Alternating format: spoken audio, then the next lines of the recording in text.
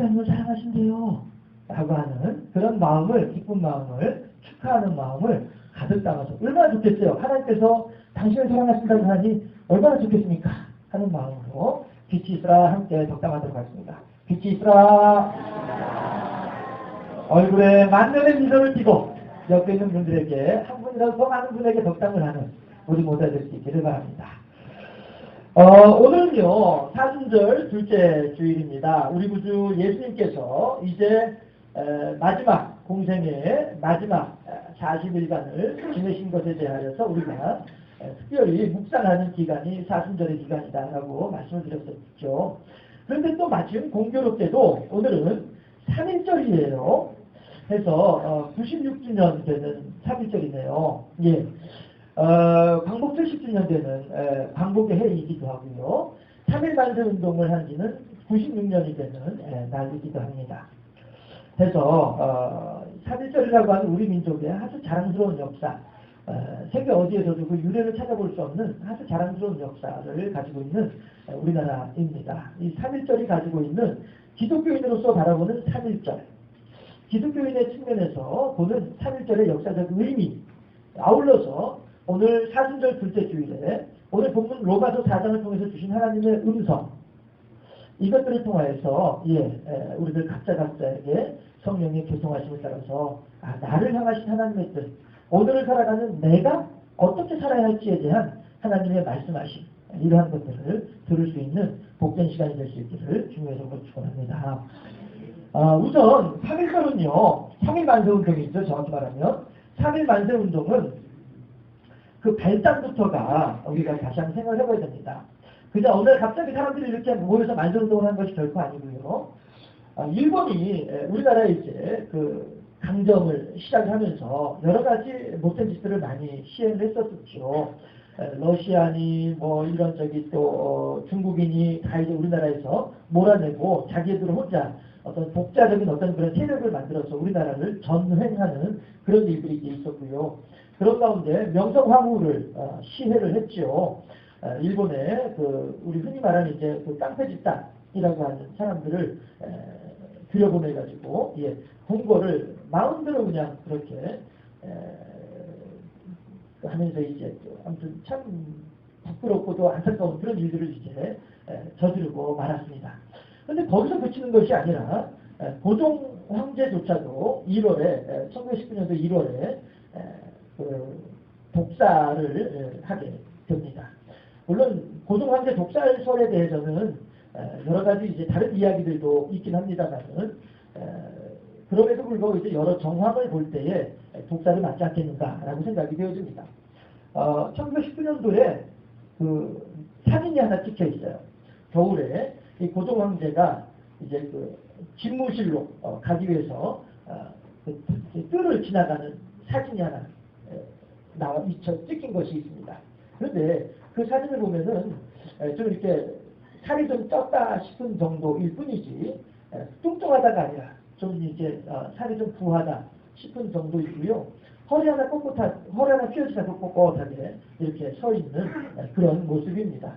이제 관례상 이제 양쪽에서 임금을 부축하는 신하들이 이제 둘이 이제 붙어 있긴 합니다만은 허리 하나 구부러지지 않고 아주 건강한 그런 모습으로 고종 황제가 1919년도 1월에 사진이 찍힌 것이 있어요. 그런데 식혜를 잡수고 30분 만에 돌아가셨단 말이죠.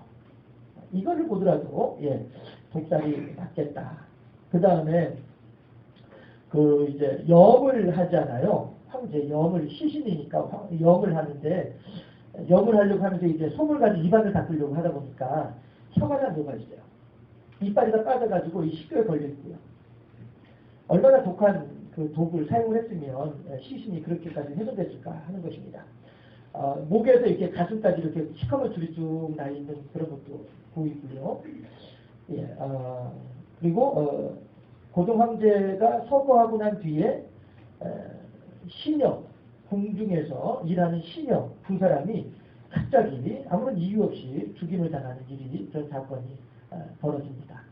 이런 것들을 여러 가지 정황들을 살펴볼 때 그리고 이제 사망한 지 이틀을 만에 보니까 원래 이제 한복은 이렇게 사람들 몸에 이렇게 넉넉하게 이렇게 그 옷을 지어서 입잖아요.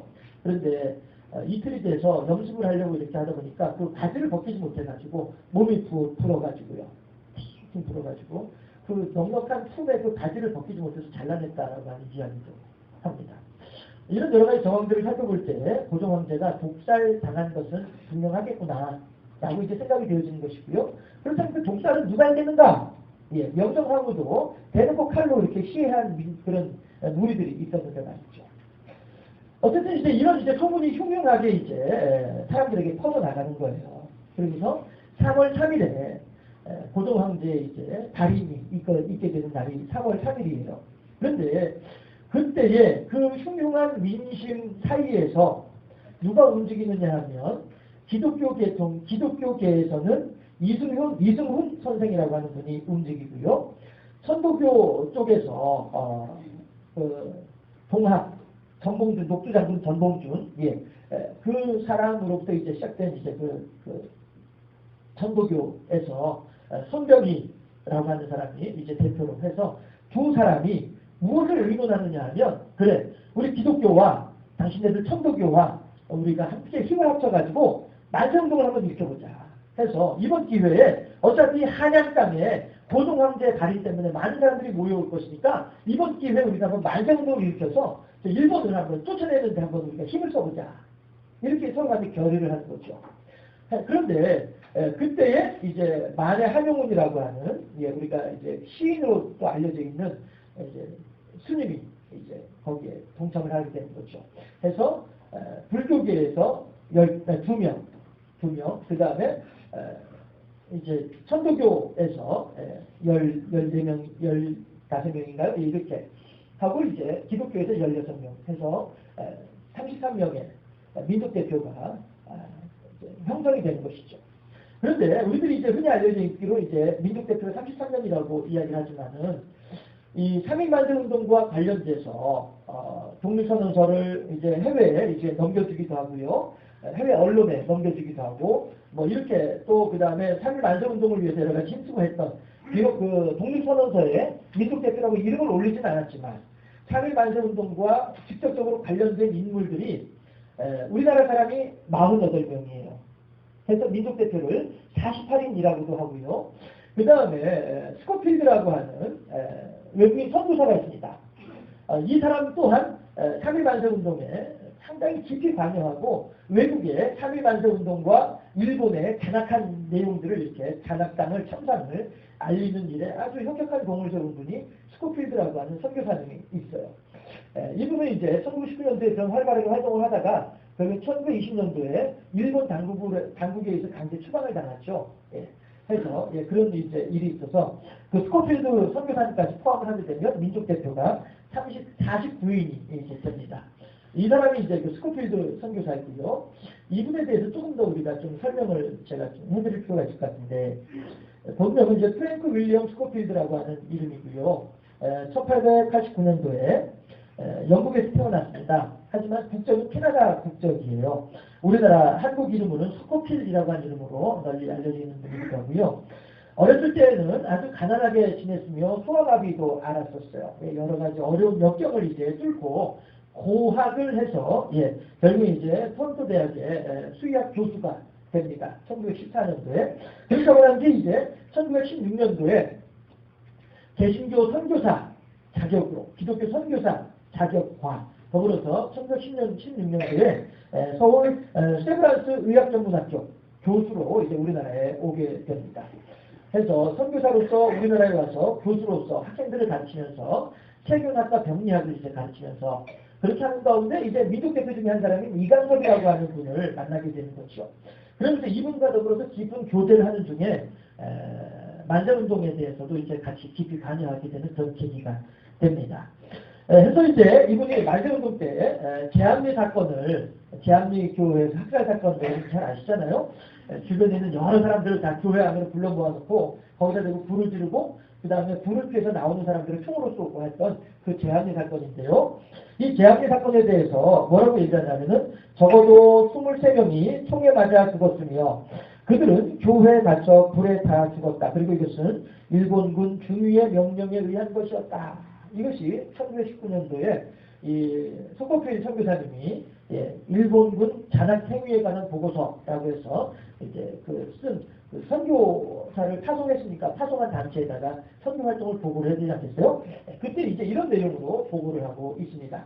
그런가 하면은요, 1920년도에, 그러니까 이제 추방당하기 직전이었겠죠. 예.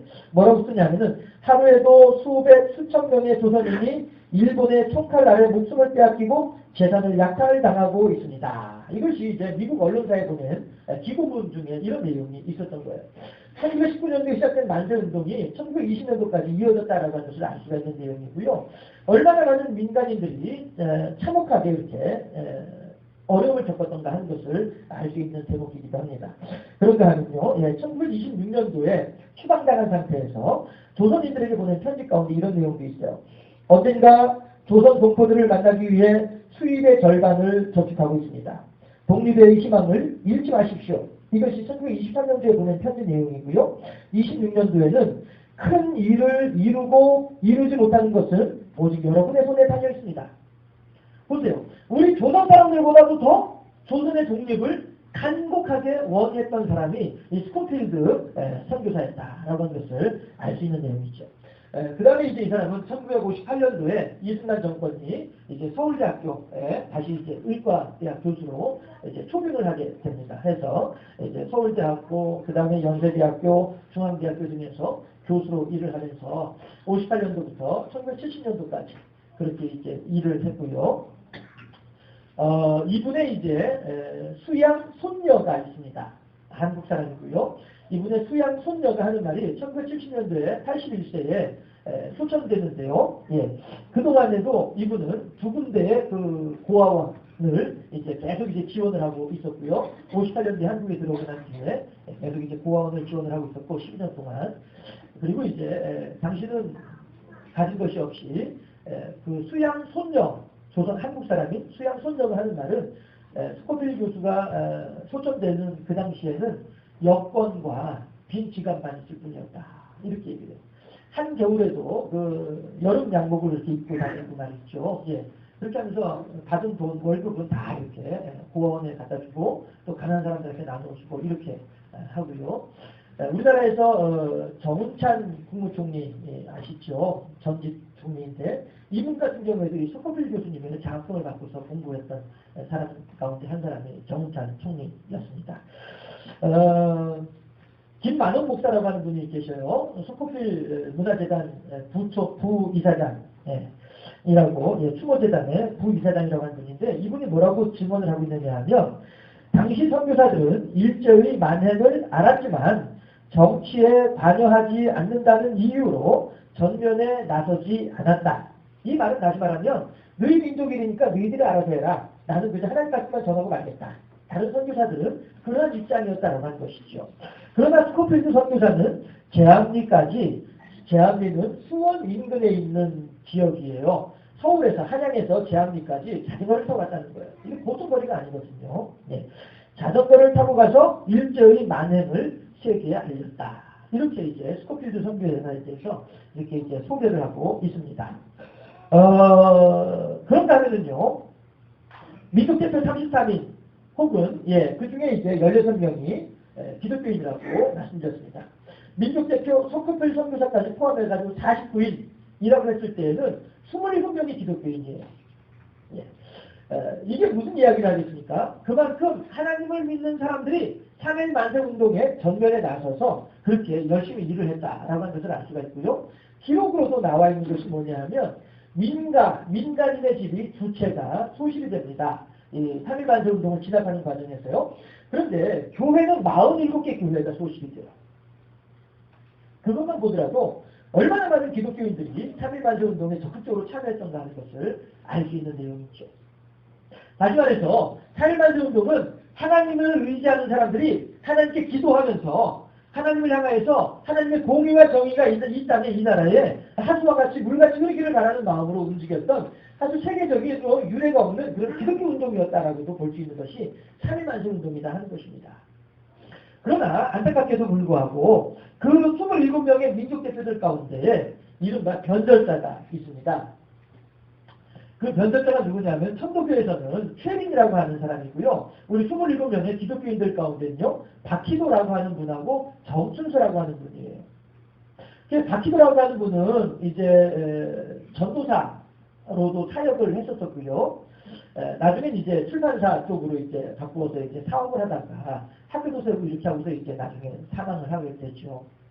그런 다음에 정춘수라고 하는 분은 감리교 목사예요. 그럼에도 불구하고 이런 이제 민족대표 49인들 가운데에서 변절한 사람들이 이렇게 있다는 것이죠. 민족대표 아닌 사람들, 민족대표라고 할 수 없는 그런 사람들 중에서도 변절자들은 많죠. 예. 우리나라 전국 대학교 가운데에요. 이 친일파, 민족 반역자들, 친일파의 동상이 세워져 있는 교회가, 학교가 20개 학교랍니다. 우리나라 전체 대학 가운데에서. 예. 그만큼 이제 그 변절한 사람들이 그 당시에 사회적으로 승승장구했고, 그 승승장구하는 가운데 가지고 있는 재산을 가지고 이제 자신들의 친일 행적에 대한 그 오명을 상쇄시키기 위하여서 학원 사업에 이제 이렇게 힘을 쓰면서 우리나라에 이제 여러 대학을 세웠다라고 이렇게 볼 수 있는 것이죠. 물론 친일을 했던 사람들은 우리가 그 자리에 없었기 때문에 우리들이 그 사람들을 향해서 나쁜 놈이라고까지 말을 할 수는 없습니다. 예, 왜냐하면 만약에 우리도 그 자리에서 그렇게 일본 그 경찰로부터 그렇게 고문을 당하고 그렇게 어려움을 겪고 하다 보면은 우리도 어떻게 되는지 알 수 없는 사람들이기 때문에 그들을 향해서 나쁜 놈이라고 하는 손가락질을 할 수는 없습니다. 그러나 우리들이 우리 조상들의 자랑스러운 정신과 또한 우리 조상들의 부끄러운 행적을 같이 놓고 비교할 수 있어야 되겠다는 것이죠. 왜냐하면 그렇게 함으로써 오늘 내가 어떻게 살아야 할지에 대한 그 발걸음을, 방향을 올바르게 세울 수 있기 때문에 그렇습니다. 자, 보세요. 사람이, 물론 친일한 사람들은 뭐라고 얘기를 하냐면, 봐라, 만개운동이 일어나고 난 뒤에 45년도까지 26년 걸렸습니다. 그러니까 결국엔 어떻게 보면 본격적으로 독립운동을 시작하고, 물론 그 이전에 독립운동은 그 전부터 있었지만요.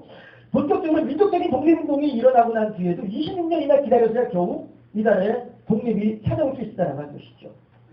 그리고 그 26년 동안의 기다림이라고 하는 것은 때로는 정말로 지루할 수도 있고 때로는 낙심하도록 만들 수도 있을 것 같아요.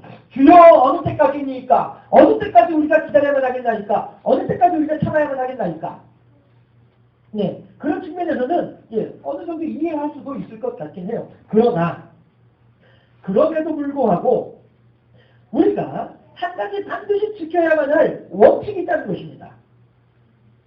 우리들이 오늘 또다시 이런 사람들이 친일파요, 이런 사람들이 민족 반역자요, 그것을 이야기하는 것은 그 사람들을 모욕하기 위함이 결코 아니라 그들의 행한 일들을 바라보면서 오늘 우리들은 그렇다면 그들은 그 원칙을 지키지 않았지만 우리들은 이 원칙을 반드시 지켜야 되겠구나라고 하는 생각을 한 번 더 우리들이 다잡기 위함이다라고 하는 것입니다.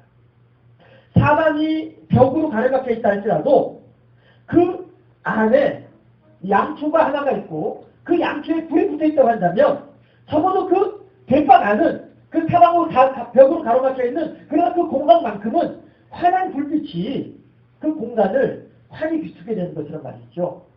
우리들 마찬가지로 아무리 우리들의 삶 가운데 절망이 있고 우리들 삶 가운데 낙심이 있고 우리들 삶 가운데 역경이 있다 할지라도 우리들이 반드시 지켜야만 할 한 가지 원칙이 있단 말이에요. 그 원칙만큼은 우리가 놓치면 안 되겠다라고 하는 것이죠. 이 최린이라든가 물론 이 사람은 우리 기독교인은 아닙니다만 또 박희도라든가 또 정춘수라든가 또 그 이후에 송진호라든가 송진호 이런 사람들 또 이광수라든가 많은 이 기독교에 있었으면서도 불구하고 민족 반역자로 친일파로 넘어갈 수밖에 없던 사람들 그 사람들에게 우리가 안타까운 것은 그 원칙을 지키지 않았다는 하는 사실이 안타깝다는 것입니다. 오늘 본문에서 아브라함이 100세가 되었습니다. 100세라고 하는 나이는요, 물론 숫자적으로도 100세를 이야기할 수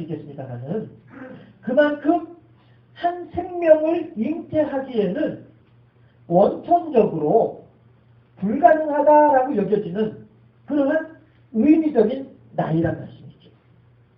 마치 사람이 캄캄한 절벽으로 꽉 막혀있는 것과 같은 그런 절망감에 빠질 수밖에 없는 나이, 그 나이가 바로 100세라고 하는 나이로 그러한 아브라함의 천재와 그러한 아브라함의 상황을 표현하는 것이 100세라고 하는 나이로 우리들에게 전달되고 있다는 것입니다. 그럼에도 불구하고 바울은 아브라함에 대해서 소개하기를 그렇게 100세나 되었음에도 불구하고 하나님에 대한 믿음을 잃어버리지 않았다는 거예요. 어떤 믿음입니까? 내가 너로 하여금 너의 씨가 중대하게 할 것이다. 하늘의 별같이 바다의 모래같이 많아지게 할 것이다. 네가 눈으로 바라보는 모든 땅들을 내가 너의 후손에게 줄 것이다. 이 약속에 대해서 아브라함은 실망하지 않았다는 거예요. 절망하지 않았다는 거예요. 의심하지 않았다는 거예요. 아브라함에게 첫 번째 하나님이 나타나실 때가 아브라함 나이 75세 때였어요. 아브라함이 그의 아들을 품에 안을 때가 101세 때였단 말이죠. 100세 때에 잉태해가지고. 희한하게도 3.1 만세운동 이후에 독립까지 26년이 걸렸어요. 그리고 아브라함이 하나님으로부터 약속을 받고서 약속의 성취를 이루는 것이 26년이 걸렸어요. 희한하죠. 물론 그것을 가지고 어떤 의미를 부여할 것은 아니긴 합니다만, 다만 우리들은 민족 반역자들이 26년 동안 기다리지 못하고 변절할 수밖에 없었던, 그러나 26년 동안 그 믿음이 약해지지 않았던 아브라함. 그렇다면 오늘을 살아가는 우리들 또한 혹시 우리가 기도하는 가운데 26년 동안 응답받지 못한 기도가 혹시 있을런지 모르겠습니다. 그러나 하나님께서는 36년이 지나도 46년이 지나도 아니면 우리가 하나님 나라에 가고 난 뒤에도 하나님은 반드시 우리들의 기도에 응답하실 것이다 하는 사실이죠. 그러니까 베드로 사도가 뭐라고 얘기를 합니까?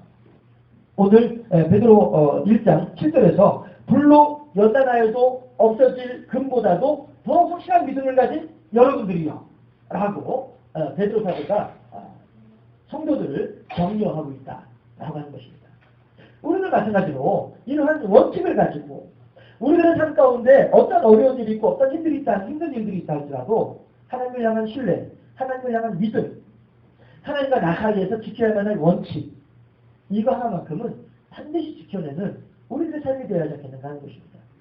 예수님께서 사순절 기간 동안에 우리들에게 주시는 당신의 행적을 통해서 우리들에게 주시는 원칙이 바로 거기에 있지 않느냐 하는 것입니다. 너희들이 마음은 원이로되 육신이 약하구나 라고 말씀을 하셨지만 됐다. 내가 이제 더 이상 너희들 중보기도 할 필요 없으니까 그만두어라. 이거 아닙니다. 이제 너희들이 그 피곤함 중에도 내 옆에 있어달라고 하는 그 나의 청을 너희들이 외면하지 아니하고 끝까지 그렇게 뒤로 꾹꾹꾹 조는 중에라도 내 옆에 같이 있어주니 고맙구나. 수고했다.